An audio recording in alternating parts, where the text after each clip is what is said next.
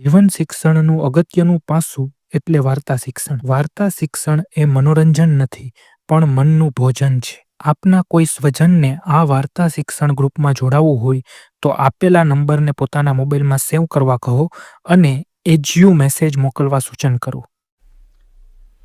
આજના વાર્તા વૈભવ વિભાગમાં આપ સૌનું સ્વાગત છે. આજની વાર્તા, પૈસા જરૂર કમાવો પણ સાથોસાથ તેનો સદુપયોગ પણ કરતા રહો. મિત્રો, આ હેડિંગના અનુસંધાને મેં ઘણી વાર્તાઓ કીધી છે. આજે મારે જુદા સ્વરૂપમાં આ વાર્તા કહેવી છે. પૈસા કમાવા જ જોઈએ, પૈસા વગર ચાલે જ નહીં, પણ તમારે એનો સાથોસાથ સદુપયોગ કરતો રહેવો જોઈએ. અને એ ભૂમિકા ઉપર એક બહુ મોટા ધનપતિના અનુસંધાનમાં મારે વાર્તા કરવી છે. એક ગામમાં એક કોઈ બહુ મોટા સંત એ આવે છે અને ગામની અંદર ખાસ ચોક્કસ પ્રકારની કથા એ દરરોજ સાંજે 5 થી 7ની વચ્ચે કરે. આવા સંતો પહેલાં ખૂબ હતા. એનું કામ જ એ છે, જુદા જુદા ગામમાં જાય, મહિનો 2 મહિના રોકાય અને ત્યાં એ આ પ્રકારે કથા કરે. ત્યારે એણે એમ કીધું કે તમે આ જે વાત કરી કે તમે પૈસા જરૂર કમાઓ પણ ખરેખર એનો સદુપયોગ કરતા રહો, એ વાતને એને સમજાવી. પણ પછી પેલા ધનપતિના મનમાં પ્રશ્ન આવ્યો કે આ વાત મને ઠીક નથી લાગતી. એટલે સંતને જઈને પૂછે છે કે મને આ વાત ઠીક લાગતી નથી. તો કે કેમ ઠીક લાગતી નથી? ત્યારે એમ કીધું કે સદુપયોગ કરવાથી ફાયદો શું? ત્યારે એણે એમ કીધું કે સદુપયોગ કરવાથી ફાયદો એ છે કે તમે તમારું પુણ્ય કમાઈ શકો. ત્યારે ફરીવાર પૂછે છે કે પુણ્ય કમાવવું એટલે શું? ત્યારે એ સંત તેને બીજી રીતે સમજાવે છે કે મારે એમ કહેવું છે કે આ તમારી તમામ સંપત્તિ તમે જ્યારે ખરેખર અવસાન પામશો ત્યારે તમે સાથે લઈ જઈ શકશો. ત્યારે પેલા ધનપતિના મનમાં પ્રશ્ન થયો કે એ તો શક્ય નથી. તો કેમ લઈ નથી જઈ શકતા? તમારો જ પૈસા છે, તમે જો બીજાને નથી આપતા તો પછી તમારે ભેગા લઈ જવા જોઈએ ને. આ શું કામ રાખીને જાઓ છો? ત્યારે સંત એને વિચાર થયો કે ખરેખર શું થાય. એણે કેટલાકને પૂછ્યું બધાને કે ખરેખર આમાં પૈસા ભેગા લઈ જવાનો કોઈ રસ્તો જ નથી. એટલે ફરીવાર સંતને એમ કહે છે કે પૈસા મારે ભેગા લઈ જવા હોય તો કોઈ રસ્તો જ નથી. કે તમે સમજાવો છો, અમને જ્ઞાન આપો છો, તો કે આ છે એક રસ્તો છે. એ કે તો કે શું રસ્તો છે? તો કે મારે તને એક વાત સમજાવી છે. તું કોઈ દિવસ પરદેશ ગયો છો? તો કે હું ગયો તો ને એકવાર. એ કે ક્યાં ગયો તો? એ કે તો કે હું માનો કે અમેરિકામાં ગયો હતો. ત્યાં તું ગયો ત્યારે તે પહેલાં શું કર્યું? ત્યારે એમ કીધું કે મારે વિઝા લેવા પડે. વિઝા લીધા પછી હું અંદર જાઉં. અંદર ગયા પછી ત્યાં શું કર્યું? તો કે મારા રૂપિયા હતા, એ રૂપિયાને મેં ડોલરમાં ફેરવા. તો કે રૂપિયા જ વાપરવા હતા નહીં કે? તો કે અહીંયા રૂપિયા ન હાલે. કેમ ન હાલે? તો કે એ દેશ આપણા કરતાં જુદો છે. આપણા કરતાં જુદો હોય તો ખરેખર ત્યાં આપણે આ કરવું પડે. પછી એમ કે તો પછી તારે જર્મની જવું હતું. એ કે ત્યાં હું કામ ગયો?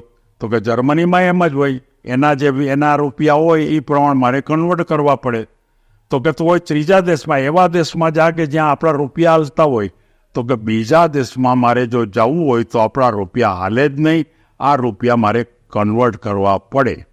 ત્યારે સંતે એમ કીધું કે તારે જો ઉપર જવું હોય ને તો એ દેશ બીજો છે અને એ બીજા દેશમાં આપણા આ રૂપિયા ન હાલે, આપણા આ રૂપિયા તું લઈને ન જઈ શક.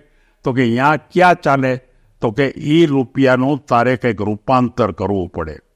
એ રૂપાંતર આઈને આઈ કરને તો એ ચલણ થાય. તો કે અહીંયાનું ચલણ શું છે? એ કે ઉપર જાય ત્યારે એનું ચલણ શું? તો કે અહીંયાનું ચલણ છે પરોપકાર.